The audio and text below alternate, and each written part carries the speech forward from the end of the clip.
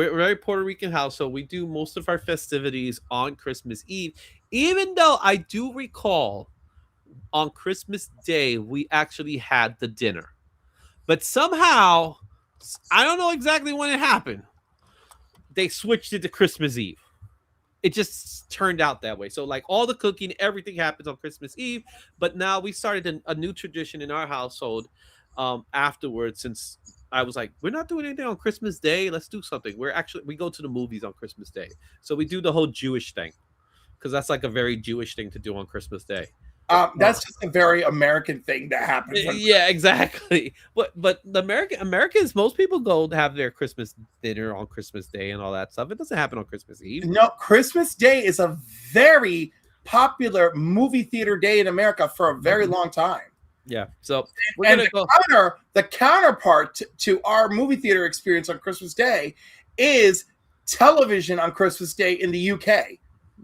That's when the Doctor Who specials air and all that other stuff. Very interesting. Cool. Yeah, for us, our plan is to go see Zootopia 2. Oh, good. Yes, which is killing it right now.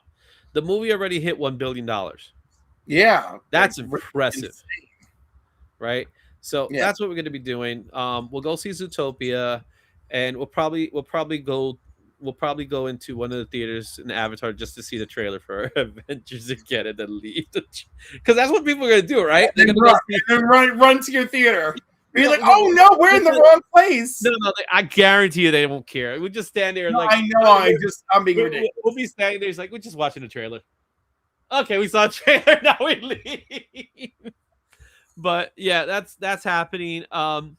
And then we watch, of course, we watch a couple of Christmas stuff. I definitely watch Christmas Story. We watch Elf. We watch National Lampoon's Christmas Vacation. Those are like the 3 top movies that we watch on Christmas. And of course, we need to watch Batman the Animated Series, Christmas with the Joker. That is a must watch. Isn't that the first episode? That's technically the first Joker episode. Okay, for some reason, I always think of it as it's the first Joker episode. That's right. Yeah, it's the first Joker episode. You could tell by the animation a little bit. The animation is not as clean as it gets later. So, cool stuff. And Puerto Rico, go ahead, read that for me. En Puerto Rico se llama Parranda Navideña a los Villa. Look at us. Oh my God. But yeah, it is Parranda. La Parranda would come every year when I was a kid, and there was just no sleeping. And everyone clapping and singing and loving it. And I'm like, oh my God, I need to sleep. Please, Papa, no, not Home Alone over Christmas Story. I'm sorry. Christmas Story has a special place in my heart, man. They both have a special place in my heart, and they're both very good in their own right. Well, we already saw Home Alone 1. We're going to see Home Alone 2 later this week. I got to tell you, Home Alone 2 is actually very smart. And the way that they lose Kevin the second time is so good because both parents are shown being paranoid about losing him. Yeah, his dad was like, we're okay. Yeah, I'm sure he's fine. So, hey, I like Home Alone 2 a little bit more because it's from New York. And I kind of like it. And the stuff he did to the crooks was worse in Home Alone 2. Like, he electrocuted a guy. And he dropped bricks on their... He did some horrifying things to them. Yeah, he dropped bricks on them guys, man. I'm just saying, even the first movie, what he did was borderline deadly. I'm just saying. It wasn't as bad as the second one. The second one, he murdered them 10 times over. Yeah.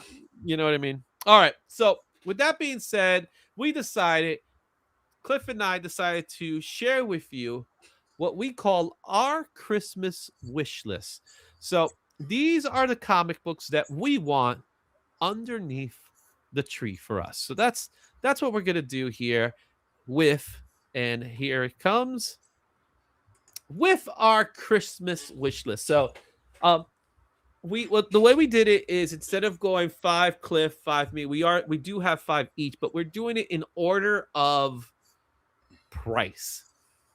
So we're gonna go from lowest to highest, and looking at what we have right now, look at this. Look at these 4 books already, Cliff. Yep. I think this is gonna be a fun list. Well, I feel like my list goes from semi-realistic to oh my god. No, I think yours is very realistic. Yeah. I think mine's is a little more tougher. Yeah. No, mine ends tough and starts a little more realistic. Yeah, yours is really simple. So let's go ahead. Why you're insulted? Because there's only one Marvel, but Lady Fantastic, think about it. It's one of the most gorgeous Marvels of them all. Well, there'll be more Marvels to see. I just wanted to throw in those books there. All right, so let's start off with our first book in our list, and that's Tales of Teen Titans 44. This is obviously one of your picks. This book came out in 1984. We have a high sale at a 9.8. Believe it or not, at $700. It came out in February of 2022. Last sale of this book is $36 at a no grade. The raws go for about $63 in a very fine, which is the most common. $326 is the most common for a 9.8. 8,754 copies in the CGC census, because as we know today, that's probably the only census that's going to matter anymore moving forward. So what's the deal with this book, as if we didn't know, Cliff? I mean, well, Dick Grayson finally commits to being Nightwing, and I love it because on that page he talks about how influential Batman and Superman are in his life. And that's when he takes the name Nightwing, which is the Kandorian version of Batman. Because Nightwing and Flamebird were the defenders of the city of Kandor and vigilantes of Krypton. So there's that. Plus, Deathstroke the Terminator, their villain since issue 2, right? He just keeps finding ways to come after them. And we meet his son Jericho, who shows up for the first time. Who just has to make eye contact with you to possess you. He doesn't talk either, right? He's mute. He doesn't talk. He's mute. And and even more, add more on top of that, Detective Dick Grayson is all in this, right? Because he is straight up like, man, how did he defeat Donna? Because there's no way he could defeat her in hand-to-hand combat. And he realizes that this guy, knocked Donna unconscious by using the chemicals that she uses to develop film, because back in the day we actually had to develop your photos, right? Remember those days? Yeah, exactly. Those, where you have the red light room and everything. I love it. I love this issue, and obviously, I've read. Okay, so here's the interesting thing I've noticed just by looking at this cover. Apparently, Nightwing was always pumping spicy, because look at that. Yes. Look at that V-neck he's got. Yeah. He got pulling out his little chest hair going on there. What's up with George that? Perez knew exactly what he was doing. So that was one of your picks. Let's go to our next book in our list, and that's Action Comics 340. This came out in 1966 for DC Comics. We have a high sale of this book at $3,495 at a 9.6. That sold. Oh, what happened to it just disappeared. It did it again. It just straight up closed up. So that was weird. Let me fix that. Sorry, guys. PowerPoint just decided to turn off. Oh, no. All right, there it goes. It's coming back. There we go. That was odd. Okay, so Action Comics 340, 1966 for DC Comics. We have a high sale of $3,495 in a 9.6, which actually kind of, to me, was a little bit of a shocker. That was in December of 2024. This book last sold at a no grade for $20. Ross goes for $36 at a very good. $237 at a 7.5 is the average. Very reasonable. Yeah, very reasonable. 626 copies in the census. This is the first appearance of Parasite. So this one is interesting to me. I like this pick. This was definitely another one of your picks. Yeah, well, I still want as many Superman keys as possible. And I don't have the Parasite. And there's really only 2 big Parasite keys. This one, and then the other one where he's known for, knocking Superman around. But yeah, just one of those things where, as I was going through trying to get all my Legion keys this year, I was like, man, look at all these Action Comics and Adventure Comics and all this other stuff happening. Yep, Parasite and Jim Shooter in this book. So I was going to just mention Jim Shooter. Yeah. I just love the parasite, just like he touches you, he's absorbing your power. It's a problem. I love that. I noticed by the image here, is he punching Superman in the face or he's punching him in the neck? No, he's punching him. Well, he's punching him in the face, right? No, but it's like he's literally like, look at it again. He's like right here. I think I really feel like that's a jaw hit, and it's just the way it's drawn is weird. Or maybe he's punching him in the throat. But Superman's head is hitting that wall for sure. Yeah, it definitely hit the wall. But notice how the brick wall has stood intact, but yet these flying bricks are still there. Yeah. Oh, you gotta love 60s comic books. This is a cool book. I like it. It is an early Jim Shooter. In fact, I believe this is Jim Shooter's first action comic, so his first time writing Superman. It's not in the sense of writing Superman proper, because he's written Superboy. Yeah. So that's what's pretty cool about this book. Yeah, it's a jaw hit. Papa says it's a jaw hit. All right. So that's a cool book. I like that book. Let's go to our next book in our list here. This is another one of your picks. So again, you were going modest. When I saw your list, I'm like, these are pretty attainable books. Cliff, you could get these books. Maybe with a little heart and a little work. Yeah. So this is Brave and the Bold, issue number 60. This one came out in 1965 for DC Comics. This has a high sale of $8,365 and 9.8. That was all the way back in August of 2008. The last sale of this book was $36 at a good. Raws are going for about $71 in very good condition. $192 is the average for a 5.5. 635 copies in the census. We got the first appearance of Wonder Girl Donna Troy. Mm-hmm. Also, this is the first time they actually get named Teen Titans, and it makes the cover. It's their second appearance as the Teen Titans, which I don't count it. The three boys teamed up previously. You ain't the Teen Titans till Wonder Girl is there, and that's how I see it. But I find it so interesting. I'm looking at the image of Wonder Girl. It's probably too small for you to see it. Yeah, she's riding on Robin's shoulders. I love it. Look at the head, the corner head. Her eyes are like this. Yeah. Meanwhile, Robin has like this evil eye stare. Aqualad, he's like, what am I doing here? Yeah. So tell me about I know your fascination with the Titans. I know how you love teenage characters. And I love Donna Troy. Yeah, so talk to me. The best individual comic I read this year was the Titans Annual, and it was all about Donna Troy. So why this book? Because prior to this, Wonder Girl had appeared, but she was basically an imaginary story character. And then this dude is like, yeah, I'm going to use Wonder Girl. And it's like, wait, she's an imaginary story character. What are you doing? So then she had to become Donna Troy. And she had to be worked into continuity. And the poor girl's continuity has been rough ever since. But yeah, I consider this the first official Teen Titans, and that's that. So that's merely the reason I want it. I love the chemistry. These stories back then, for them, they had gorgeous covers, terrible stories, and then when there were stories for the kids. There were stories for kids. Sure, but like they were brutal. It was the Silver Age, man. They were brutal. This is Silver Age. It was Silver Age. They were brutal even for Silver Age. Like, that's what we're saying, and I am not alone in this opinion. Yeah. But George Perez and Marv Wolfman, gave them so much life, making them one of the top 2 comics in the industry when it became the new Teen Titans. So yeah, my Titans love girls is deep. Mm-hmm. All right, let's take a look at our next book in this list, and this is one of my picks. X-Men. And I can't blame you. Well, there's obvious reasons for this one. X-Men 101. This book came out in 1976 from Marvel Comics. This has a high sale of $13,249 at a 9.8.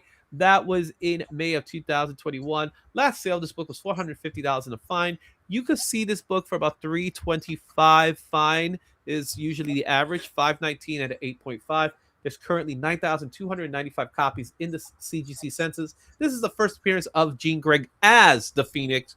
Obviously, if you know, I named my youngest daughter Phoenix, and I do have a copy of the first Jubilee, who's my other daughter. I need to get this book. I want to get this in a high grade. So even though this book is on my wish list, it is also one of the books that I do plan on hunting down for 2026. Woo! So if anybody's watching and feels generous, hit me up. I Send gotta me a tell you, copy. it may be on my hunts list as well. Yeah, it is definitely a book I've always wanted. It's an iconic cover. Um, it's first of all, it's a John Byrne cover, which is fantastic, and you know, my wife was the one to actually name my daughter Phoenix. So we had the name planned before she was born because Phoenix is a unisex name, but so we figured if it's a boy, we'll name it Phoenix. We were gonna name him Phoenix Nate. It was a boy. If it was a girl, we were gonna name her Phoenix Gray. So obviously, my daughter's name is Phoenix Gray. Um, and that's how we went with this book. I love this book. I want to have this book. I definitely have a reprint of facsimile. I have one that's connected to a Funko Pop that's just hanging in the back. Right there, over there. It's right there. So I have that. It's not the same as the original. I want to have the original. I plan on having the original. I don't care if I get it raw. I don't care if I get it, slabbed. One or the other. I will prefer getting it raw because then I will get it slabbed. I don't have paying for the slab price, especially since it came out in 76. I don't have to worry about the pricing structure with that. Yeah. The Street Fighter trailer was definitely something. I thought it was amazing. I'm all in for outrage. I'm all in. I've always found Street Fighter outrageous, so the fact that the movie looks outrageous is perfectly okay for me. But I think it's they're just being cheeky at this moment because they didn't share anything. They just showed some of the characters. They didn't even show us all the characters. So, all right, X-Men 101. Our next books in our list here is another one of your picks, and that is Adventure Comics 247. This book came out in 1958 for DC Comics. High sale of this book is $19,200 and an 8.5. That was in February of 2019, so I can only imagine what that book is worth now. Last sale of this book is $6,450. That was at a 6.0. You can get a fair to poor grade copy of this book at $149, which is very reasonable. Graded, however, will still cost you some bucks here. $1,560 at a 3.0, which is an average. There's currently 631 copies in the census. This is the first appearance of the Legion of Superheroes. Go ahead and take it away, Cliff. Hey, they're Superboy's friends from the future. They come from the 30th century and they want to recruit the Boy of Steel who inspired them to be heroes in their own time. We get Cosmic Boy and Saturn Girl and Lightning Boy, who is immediately renamed Lightning Lad the next time we meet the Legion of Superheroes. Why did they do that? Do you know? I don't know. I feel like Boy just didn't land well. There was too many boys in the group, right? They like alliteration. So Lightning Lad, Light Lass, Lightning Lass. Lana Lang, Lex Luthor, Lois Lane. So they were like, yeah, more LL people. Isn't that a Stan Lee thing? But this is Jim Shooter writing. Well, no, Jim Shooter does not write. Jim Shooter doesn't come for years after this. Okay. So yeah, it wasn't only a Stan Lee thing. Well, maybe it was it just. Well, he made it a thing. He kind of made it a thing, but he wasn't the first to make it a thing.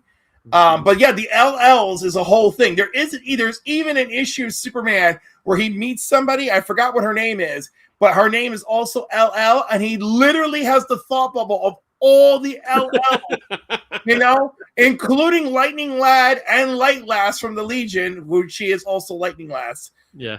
And he's like, what is it with LLs in my life? And I thought that was great. But yeah, the teen telepath Saturn Girl, Cosmic is basically Magneto, and then Lightning Lad, Lightning. So listen to this one. Papa Wheelie says, "I'll get X-Men 101 and hold it hostage for your Catwoman 51."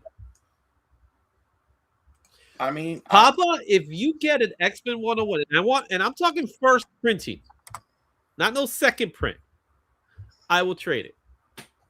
I will trade you. You got it here, Cliff. You are my witness. Yeah, he wants the NYCC Catwoman, doesn't he?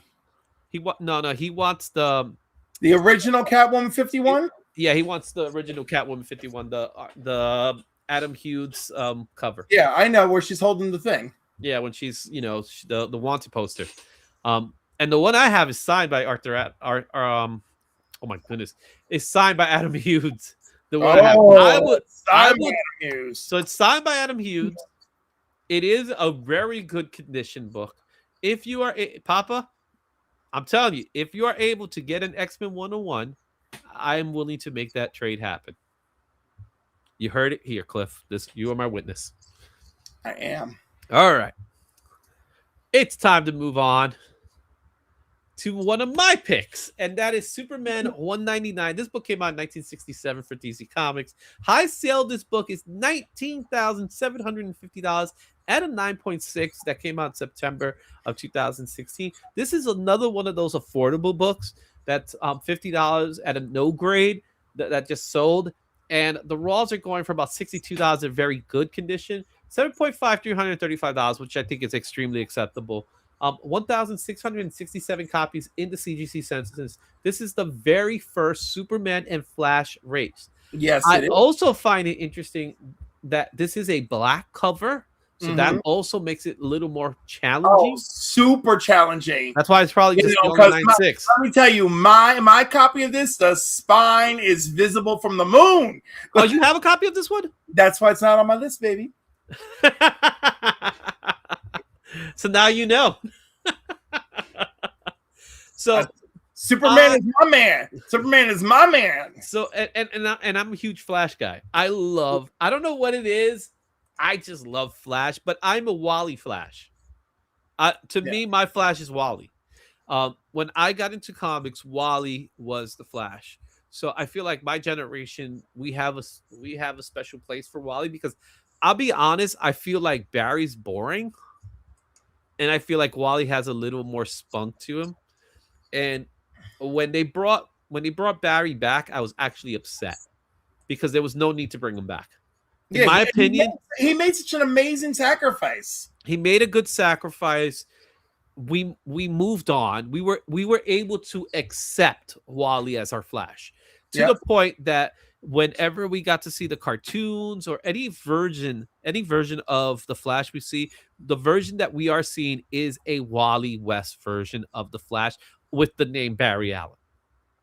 You know what I'm saying? So the TV show, the cartoons are all taken from Wally West, his way of doing Flash. Barry Allen, I'm sorry, he is boring. However, going back to this one, I love this race. And here we go again. What is it with this? Is this a Jim Shooter spotlight that we just keep grabbing books that Jim Shooter did? I mean, this is another Jim Shooter writing.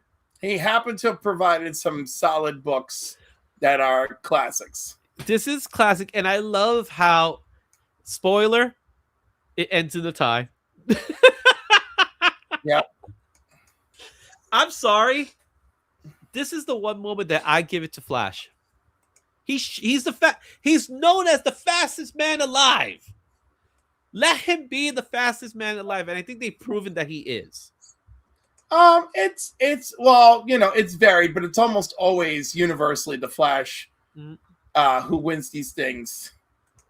Yeah, and he has no weakness when it comes to his speed, right? Whereas Superman, you just throw him some kryptonite and that's it. He can't run anymore.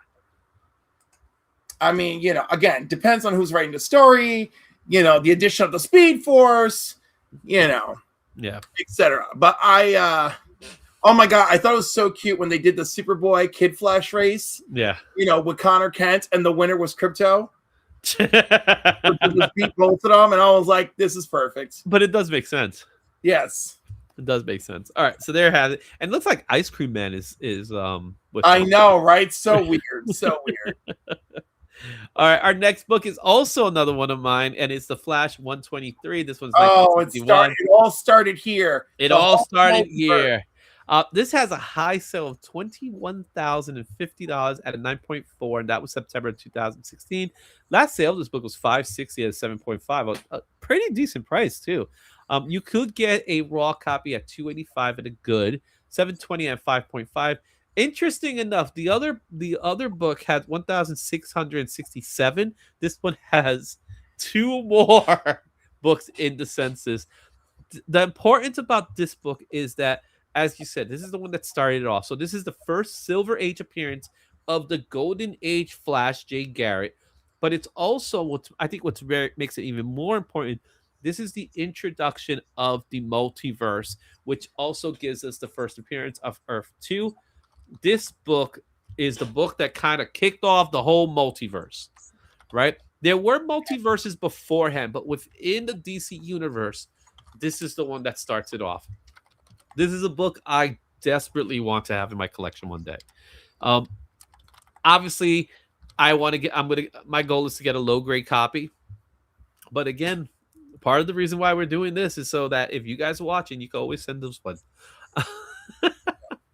And stuff like that. I was gonna say that 5.5 is attainable. It's attainable. $700 is, yeah, like it's like, oh, I gotta work for it, but like, yeah, you gotta do your stuff. Yeah. And one of my goals for this year really has been to consolidate a little bit, because I'm running out of space. I ran out of space a long time ago, but I'm really running out of space, and and my goal is to consolidate a bit. So that's something I do plan on doing some more. And in doing that consolidation, I could obtain some of these higher keys like this one. It is one that if I could find it at a really good copy, like a good at 285, I might pull the trigger for it. You know what I'm saying? It's something that I might consider. Can't blame you. Yeah. All right. Our next book is another one of mine. Yeah, I'm just getting higher and higher. Higher. All right. Amazing Spider-Man 129, 1974 Marvel Comics. High sale of this book is $43,200 at a 9.8. That was in June of 2022. Last sale of this book, believe it or not, a no grade. A no grade, Cliff. That's insane to me. Sold for $1,560. Now, bear in mind, when we see no grades, we don't necessarily know what the no grade is. It could be a fully intact book, but we just don't know. That's how it was labeled. Raw copies, you can get it for $900 at very good, $1,822 at an 8.0. Now we're getting to the point of books that are a little unattainable as far as my wallet goes. But there's 19,707 copies in the census.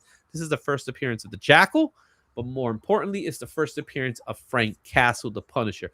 Another character that I personally love. When you write Frank Castle correctly, you have an amazing character. He's not this one-dimensional character. There's layers behind Frank Castle when you know how to write him. I think a lot of people don't know how to write him. Wow, you sound like me talking about Superman. Because it could be he's very easy to just turn as, oh, he's just a vigilante that kills criminals. Yeah. And you could do that. But when you read stories, Chuck Dixon, Garth Ennis, they have all wrote phenomenal stories featuring the Punisher. And in this particular issue, Punisher is kind of the same way. He's on an assignment to kill Spider-Man, but he doesn't really know that Spider-Man's really, he's looking at Spider-Man as just another criminal, when in fact he learns he was duped by the Jackal. So this is a book I always want to have in my collection. I've seen this so many times. This is a hard book to pick up. Yes, it is. It's not impossible, but difficult. It's difficult, not in the sense that it's not available, because it's very much available. I see this comic book practically in every convention I go to.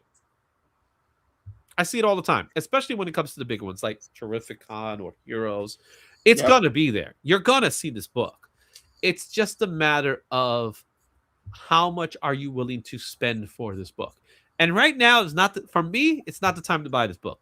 I have to wait if I really want that movie has to come and go. Well, the TV series is next. We got to get to the point that we no longer have to think about John Bertha as Punisher. So, well, I got to tell you, the streaming series doesn't, to me, I don't think generates the same level of hype as movie appearances. So watching him and Spider-Man go at it on the movie screen, I think that's going to be the most difficult time ever to purchase this book. But keep in mind, there's also a TV special that's coming out next year too. So he's going to get a double whammy. again. It's depending on when when it falls. Like I don't know what's coming out first. But either way, this book is going to be the price of this book is going to keep going up because of that. So I mean, I feel it. I'm in somewhat of agreement. Yeah. Here's one of yours. Yes. Action Comics 252. This book came out in 1959 for DC Comics. We have a high sell at a 9.0 at $48,000, and that was January of this year. This is going to be a year ago. The last sale of this book was $3,120 at a 5.5. The raws are going for, and this is at a fair to poor condition, $565. However, graded copies go for $1,903 at 3.5. There's currently 1,439 copies in the census. This is the first appearance of Metallo. Yes, it is. And Supergirl. Crazy. Another one of these books that we're going to see a surge in price, aren't we? If we haven't started already. Yes. But this is your book, so tell me, why do you love the Supergirl? Hey, we learn about the survival of Argo City. We learn that Supergirl survives that. She comes to Earth. Superman declares her his secret weapon. And then in the second story, we get the first Metallo. And of course, as such a Superman fan, if I can't get my hands on his first appearance, unless I somehow win Powerball before I die, then, I'm going to go all in on getting Supergirl's first appearance. So what's your take on having this book? What is the chances of this could be a book? Oh, this one's rough. And I was this close to getting a 5.5 this year. And it was really snatched from me. How much was it going for? $2,200. You were going to pull the trigger for that? Yeah, because I got a bonus. And then that bonus turned into me being able to just barely go to Heroes. The car work, I remember now. The car work is recently. I'm in the hole on the car work. I'm in the hole. Guys, get Cliff Action Comics 252. He will be your friend for life. Oh my God! No facsimile. I would be like I was gonna say I own plenty of facsimiles. The nonstop crying I would do, and I'm like, oh my God, I can never repeat. All right, let's go to our next book here, and I think this is our biggest one. Yeah, it is. It's Giant Size X-Men #1. This is my pick. 1975 from Marvel Comics. High sale of this book, $170,000. But keep in mind, or 99. It's a 99. I put the highest sale. That was last year. That was in June of 2024. There was a lot of questions about that 99 too. Let's be honest. There were. However, the last sale of this book was at $7,900 at 9.6. Raws go for about $898. Very good. Graded copies goes for about $2,826. There's 14,868 copies in the census. This is the first appearance of the new X-Men: Colossus, Storm, Nightcrawler. This is Wolverine's, and again, I made sure to write the word full. His second full appearance. Technically, it's his fourth appearance. Yes. Right? His fourth appearance overall. If you're not counting previews and things like that. Like who counts previews? Like seriously.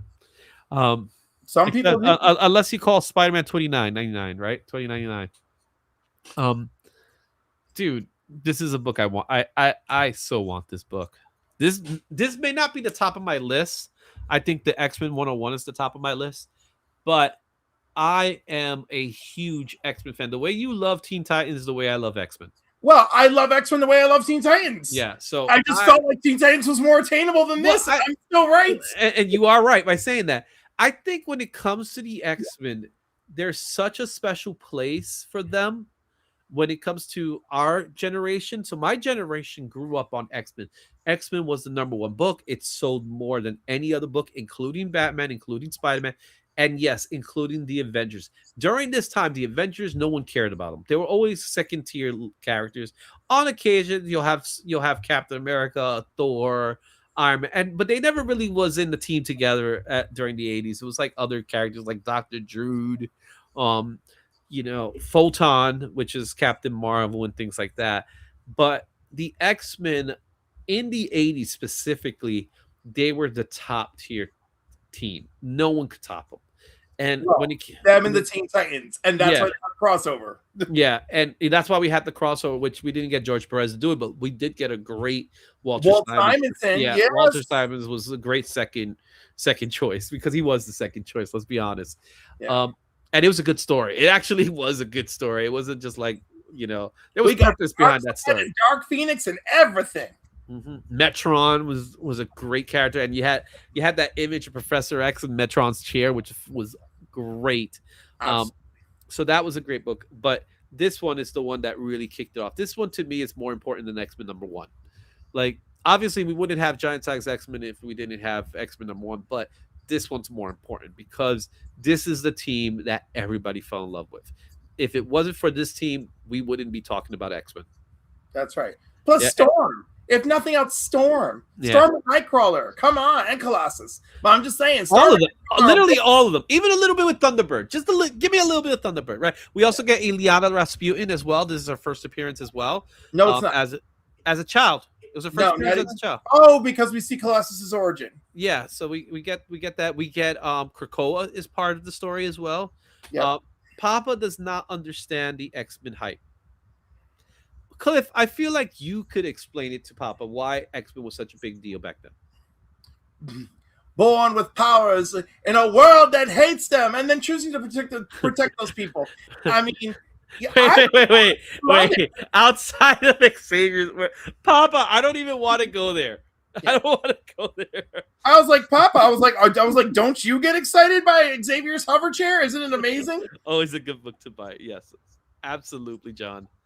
I'm sorry. I love Storm. I love Nightcrawler. I love that Nightcrawler looks like a demon, yet he's so devoted to his Catholic faith. Storm was seen as a goddess when they found her. And I don't know. I've just always dug them, and of course, I'm drawn to strong female figures. So Storm, Jean, forget it.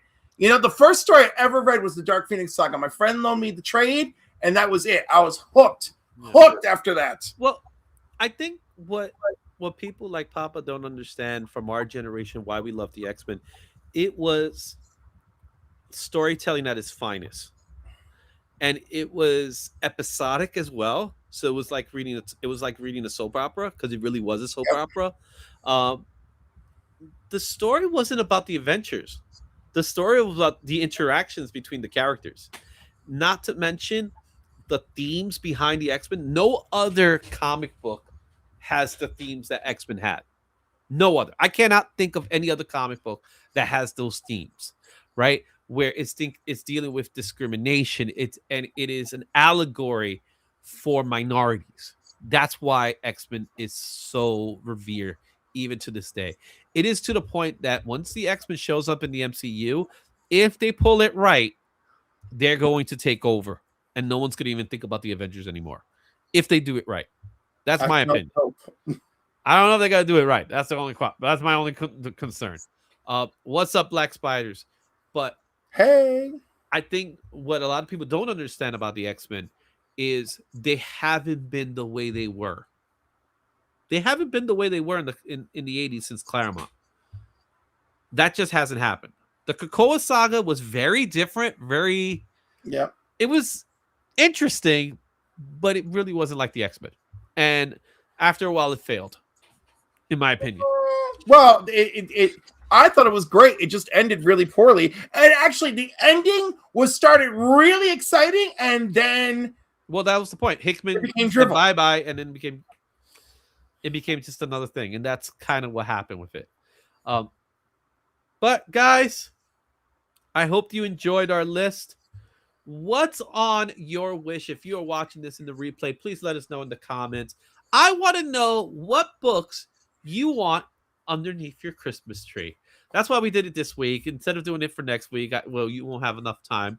I want to know from you. Put it when you see this. I'm going to try to drop this off I'm going to try to drop the replay for this one soon, earlier this week, so you guys can have a separate video for it. But please put it in the comments. I'm dying to hear what your wish list is. Are any of the books on the ones we picked? I want to know. Cool. Thanks for watching.